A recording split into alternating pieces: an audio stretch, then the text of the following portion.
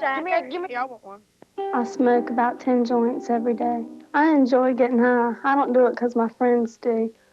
I just like getting high and like the feeling, and I'm more cheerful and I laugh, and it's just, I don't know. I enjoy it.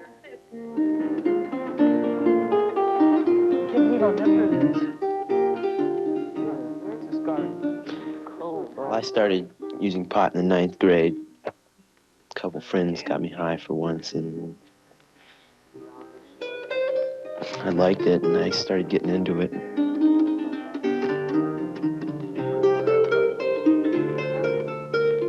My parents, for the first time that they found out that I was spending so much money on it, that was their concern, the money that I was spending on it.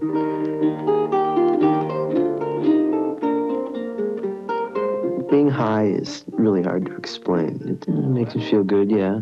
Like going out with my friends, living it up. It's basically a way just to live it up. Just take it as it comes.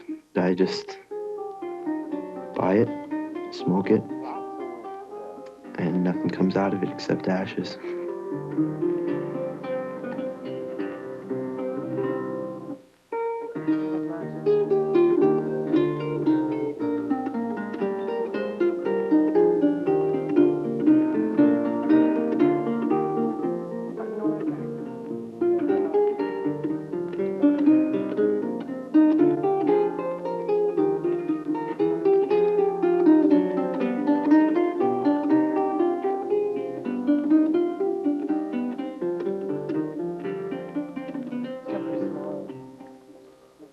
I was around 11 years old, and it started with my cousin. She was around, 15 at that time, and she introduced me and my other cousin around my age to a joint. And, just say, wow, what is this? And they showed us how to hit a joint, we're saying, okay. And we got high. Well, really, the first time I smoked, I was about 8 years old. But, it was when I first tried it. And I'd say I started, smoking it, on a regular basis about the age of 10. One night, Rodney came in and he went straight to his room, and he was 11, I guess. And, and I went in there and I said, Rodney, because he usually, he'll stop and talk to me. And so I went in there and his eyes were just all, and I knew that he'd been smoking. National surveys are now showing that 11% of seniors in our high schools are getting stoned or drunk, which is a better term, every single day. We did a survey last year that showed 30 to 70% of high school students are getting stoned 3 to 5 times a week. That's a lot of marijuana use. It really got popular with my age group, and I went to my first party when I was 12, and I had a ball, and I just kept on going to parties, and finally around when I was 13, I got into high school, and I started to find out where to get it, who to buy it from, who the dealers were, and it was like a big family, of drug users. Young people like Regina usually are in experimental stage of life. They want to try out new things. The problem that we're seeing more and more is in the places where they have recreation, like the parks, in places like schoolyards. There are more people who are, making marijuana available to them. And out of curiosity, more of them are trying it. And they're trying it because it's available, it's relatively inexpensive, and it's supposed to be fun. And every young person wants to do something for fun. So they'll try it. Sure, why not? I used to get high on the bus a lot coming to school, and get to school, hang in the front, and go get high again. There's nothing else better to do sometimes.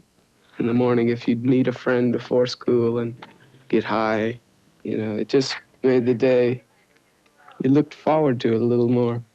When I first started smoking, it was like I was really conscious of just what I was doing, and all of my friends were getting high, and it was a lot of peer pressure.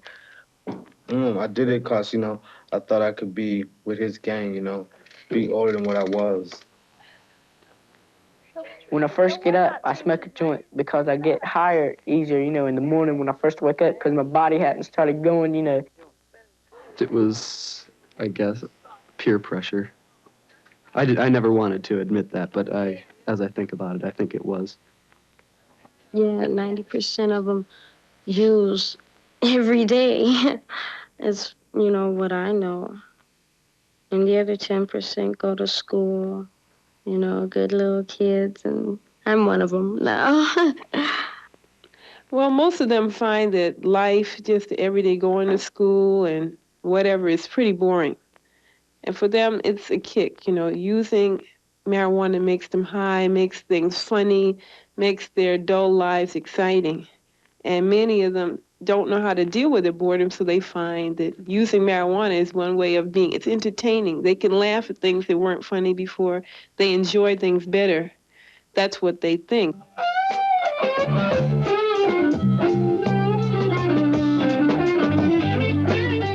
Yeah, I could say that I would get into the music more. It's not really a hard drug that totally alters your mind. It doesn't make you stumble and it doesn't make you slur your words. It's not all that different from being straight. Being high doesn't affect my performance. You're just more relaxed and you're more into what you're doing. It's a euphoric thing, and it's the best way to listen to music, if not the only way to listen to music.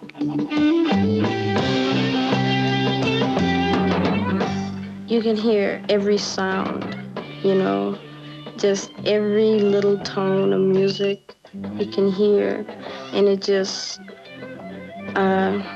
your body just moves to it, to the sounds, and it's weird. You think you can do things better. Think your conversation's better. I really know what I'm talking about when I'm high, and it sounds stupid, but that's really the way people think. Now, I found I could do most of the work, and I really enjoyed the work when I was high. But I couldn't really read as well when I was high. But I could do math and all that really well. I found that I liked it a lot. It was fun. The marijuana user has a kind of delusion where he feels that marijuana is not affecting him, or if it's affecting him, it's making him a better person, a more sensitive person, a more intuitive person, a more laid-back person, a kinder person, a more intelligent person. In fact, when we test that, whether it's at the wheel or at the keyboard or at tests in school, it doesn't work out. They, in fact, perform much worse. I just know more when I'm high because, I can think better.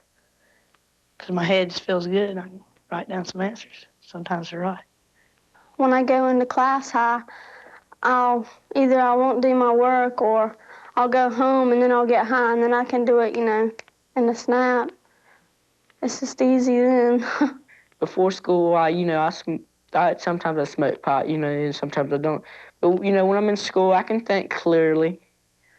It might not be, real pot, it might not be real quick, but I can think clearly, I think. This is the worst year Rodney has ever had at school. He has always been a really good student. And, I know how smart he is, and I've always been told that he's a really good student. But this year, he made like 3 Ds on his report card. And he goofs off.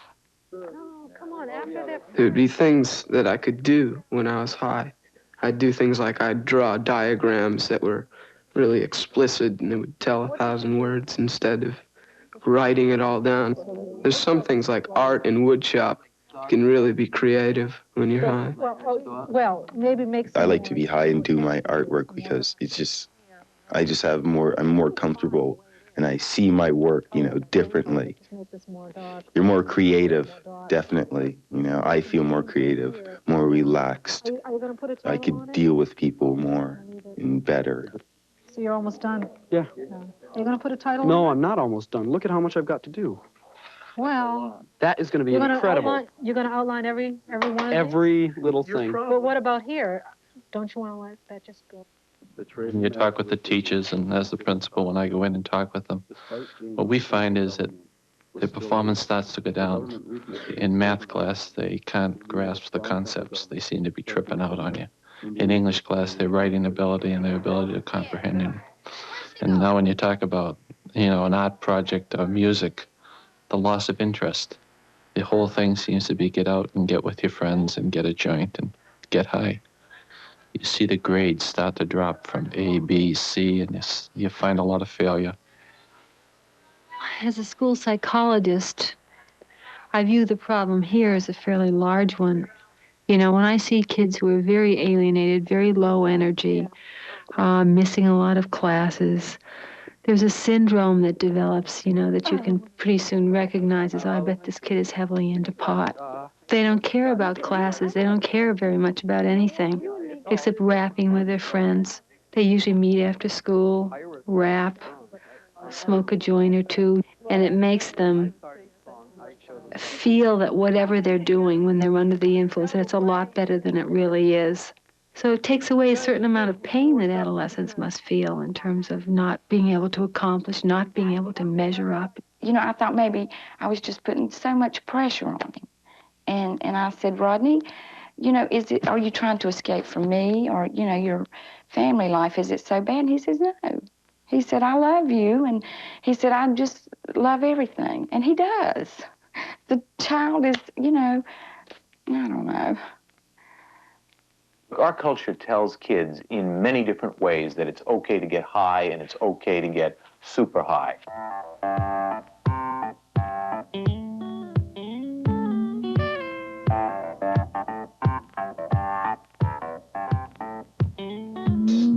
We have head shops that are selling paraphernalia in great numbers. It's now a $600 million a year operation.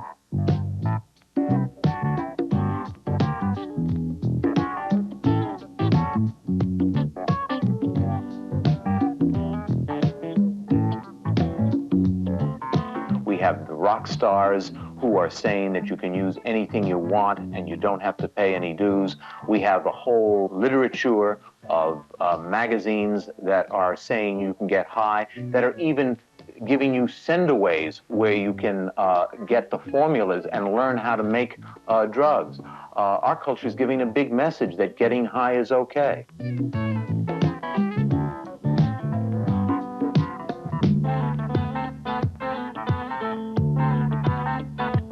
Your actions are sometimes slower and you'll laugh at yourself. You'll say, wow, I tripped over that, how could I miss that? And you just start laughing. And when you start laughing, you just can't stop, and you think it's so funny. And in reality, it's not. And reality is dull and boring and true.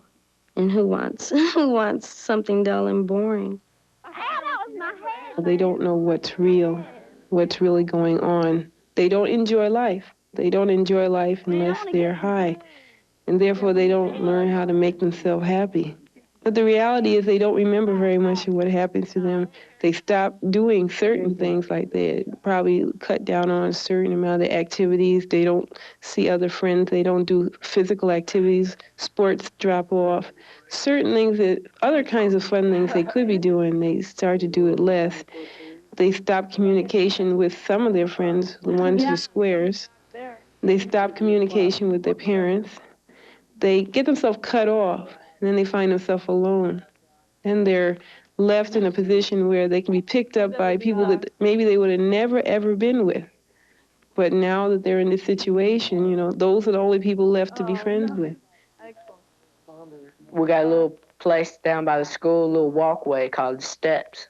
You can go there, and usually a couple people there. And, if they got a joint, I might have a joint, we'll match them, They smoke theirs with me and I smoke mine, we just get high. And then, just go to school and just usually go through the school day. And then after school, we might go down to the Steps again, smoke some more. And then, go home and eat supper. And then, after supper, I usually go back out and party some more. There's no better example of impairment of motor function than we have with driving an automobile or operating complicated machinery. The sadness is that many a kid feels that he drives better. The term that's often used is, I get into my driving more. But when that's tested, either in an automobile or in a laboratory situation that simulates road conditions, there is a deterioration of function. I'd much rather be high if I'm driving than I'm driving, you know. There's, being high doesn't, you know, affect my driving ability whatsoever. It's, some people say, like, your depth perception will be, you know, altered. Mine isn't. There is a loss of vision, especially peripheral vision. There is a loss of memory, and there's a loss of judgment, so that it may show up in the following way. A driver proceeding home who's stoned may respond perfectly well to a stoplight, to a stop sign, to a familiar turn. But if something unfamiliar and unexpected happens, a child or an animal darts out in the road, or another car makes an unexpected turn, then you're going to see very significant loss of function. There's a tremendous amount of new material that is coming out in the last several years about how hormonal function is affected. We're talking about levels of sex hormones, testosterone in men, estrogen in women, growth hormone, its effect on the pituitary. Now that's serious stuff, and to take that lightly makes no sense in my opinion. We need to be very cautious about that. Further, we have evidence that marijuana is retained for a long time in the body. If we were to have a shot or several shots of liquor right now, in 24 hours, our system would eliminate all of the alcohol and there would be no traces in the body. If I were to have a joint of marijuana now, in 30 days, we could still detect traces of the active ingredient, THC, in my system. Now, that means that the regular user is likely to have a cumulative effect. If we add that then to hormonal changes and effects on certain cellular function, we may have long-range effects that no one has even dreamed of yet. Kids generally like to take the pro-marijuana side, and they tend to go for that research, that information that says marijuana is not harmful, or marijuana is less harmful than alcohol or less harmful than cigarettes, that kind of information. Whereas anything that would say the opposite of that, they don't like to deal with that. I just do it and ignore the other things, I guess. I ignore the things that people say that'll hurt you and all this other stuff. Yeah, it is bad for you. I don't know, it's just, it makes you lose your memory, that's all I know. I've just about heard it all. I mean, you know, I've had people try to, you know, my mom just tried to, you know, tell me things that scare me, but I've, you know, I don't really, you know, not much scares me about it. I'm not really worried about what people have told me or what I've heard, read, you know, so far, but my mind might change later on in the years. But so far, I don't think I'm going to quit. Not for a while, a long while. I think, you know, if you're not really sure about something, you should find out for yourself. And I've been smoking it now for, you know, on a regular basis for about 4 or 5 years. And, you know, I'm leading a pretty good life. There ain't nothing the matter with me. There's no place in the United States today that you can go that marijuana is not available. And not only is it available, but it's cheap. So that if a kid wants to have a single joint or a few joints, it's very easy for he or she, along with friends, to have it in a regular way. Well, I just, you know, call up the dealer or, you know, get in touch with him and ask them if they got any to sell. And if they do, you know, I'd set it up and meet them somewhere, go to their house or something. $40? Yeah. I have no problem. I go to my dealers.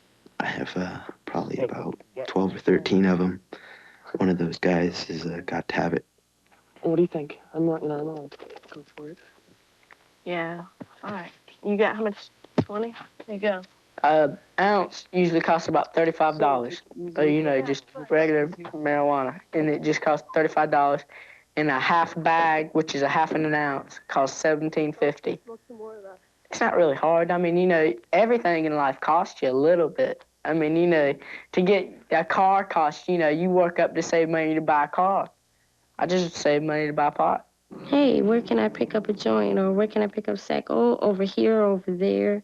You know, so-and-so ran out, so you have to go to so-and-so.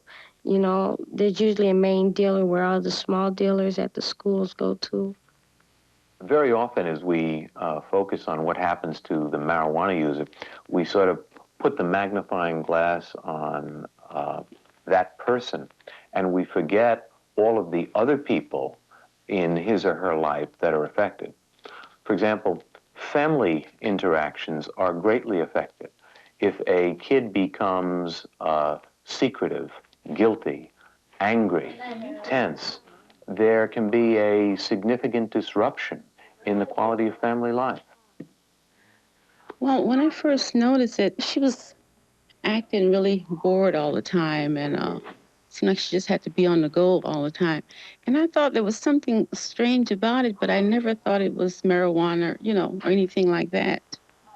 I just thought that she was just bored with life, but why, I didn't know. When Gina's grades started going down and skipping classes and stuff like that, well, I didn't know what it was. I think if I had known this, then I could have said, hey, she's on marijuana. Maybe I could have done something right away, because I just didn't know what it was. And I think if parents would learn these things, they could see the difference in their child. Parents can get together. They can form support groups. And I'm talking about forming support groups in their neighborhood to use the resources that are available to them. There are parents within every community who share similar kinds of problems. That's the other part of the issue, isn't it? There was really a denial period. We really didn't accept the fact and take steps, right? You know, any real hard steps at that time. 10 hours a week again next week. Also you had? I guess that was my biggest problem. I was shocked. Like, not Gina, not my sweet little girl, you know. I tried to talk to her, you know, asking her what's wrong. And she was missing a lot of school, too. And I just kept trying to find out why, you know, what have I done wrong? I'm just going to look at it. My mother gave up on me, and that hurt, you know, although I was using heavily, that hurt. And, you know, I realized my family's going to be the only one that's with me for the rest of my life, you know, and these people out on the streets could give a damn about me. I never can agree with the fact that you can be your buddy to your child. You're still the parent, but I think you should be a good listener. I think young people like adults who listen, but still are strong enough to have some conviction, to have an opinion on something. They like direction. I think young people want a friendly listener, but they also want an adult to take some kind of stance. When you say, I'm your friend and it doesn't matter to me what you do, they usually don't respect you. They like for you to have an opinion. They like for you to give them an alternative. If not this, what? Well, there's a word I really like, and as a principal I use it too, is tough love. The person who really loves a child but knows how to be an adult and give leadership. The most effective thing is to show them love, be able to express affection, but also to show them direction. Talk, communicate with your young person. Don't yell and cry and get upset and say, oh, why are you doing this to me? You know, everybody would say, oh, why are you doing this to me? Those young people are doing it to themselves. Parents have to understand that they do have power, that they have power to change their situation. They have power within themselves to deal with the problems that they're facing. But parents can't deal with their problems until they get to the point where they say, okay, I've had enough. What can we do? Let's do something. If you could just get your children and just, you know, have maybe twice a week group sessions, you know, with the parents and the children, and you know, just talk, and maybe you could find out maybe there is a problem that's causing these children to, you know, just get high and you know, do all these things. So I have a parent group, a parent support group I go to, and most of their kids was in the same situation, and they all had the same problem. They don't know where it went wrong or what to do about it. And then we got this parent group together, and we meet every Monday, and we talk about these things. And it's easier now for me. When a parents group forms, or when parents begin to examine this, they get all kinds of new information. That information arms them so that they can take a stand. They are further positioned by having company and companionship into feeling that they're not alone. I'll probably smoke until I'm in my 40s or 50s. I mean, you know, I might not ever quit smoking, you know. From viewpoint now, I don't think I'll ever quit. The parent has to say that I care enough about you that I don't want you to endanger your health.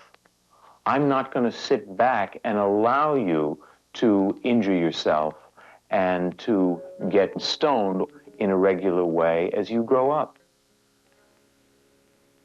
You're not going to win this in an arm wrestle.